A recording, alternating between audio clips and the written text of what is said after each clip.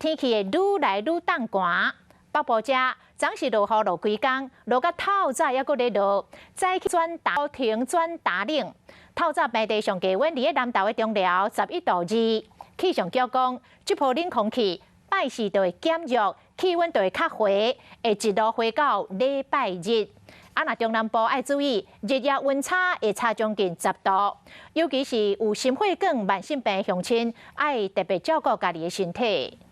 你如果来这里，早上就点上一锅这样。对，这是什么？砂锅鱼头。砂锅鱼头。我们在反省昨天做了什么事。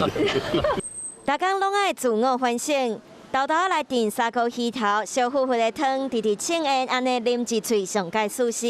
因为这开今日大雪，一透早冷风嘛直咧吹，平地上低温透早6点半伫南投中寮11度2，云林岛南11度8。过头了后，冷空气开始减弱转大冷。自雷达回波图来看，北部山区东半部目前阁有烂山啊雨的信号，气象局嘛对北台湾依然解除大雨特报。拜四开始，气温嘛开始会较回。星期四到星期天这一段东北季风逐渐减弱情况之下，也近山区的一些地方还是会有一些短暂降雨的几率。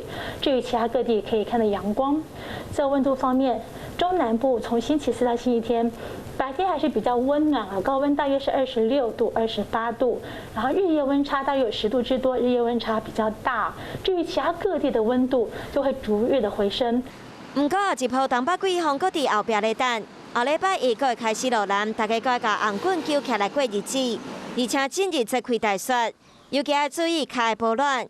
中医认为，脚离心脏较远，会走了较慢，只要去寒着，都较有可能会感着。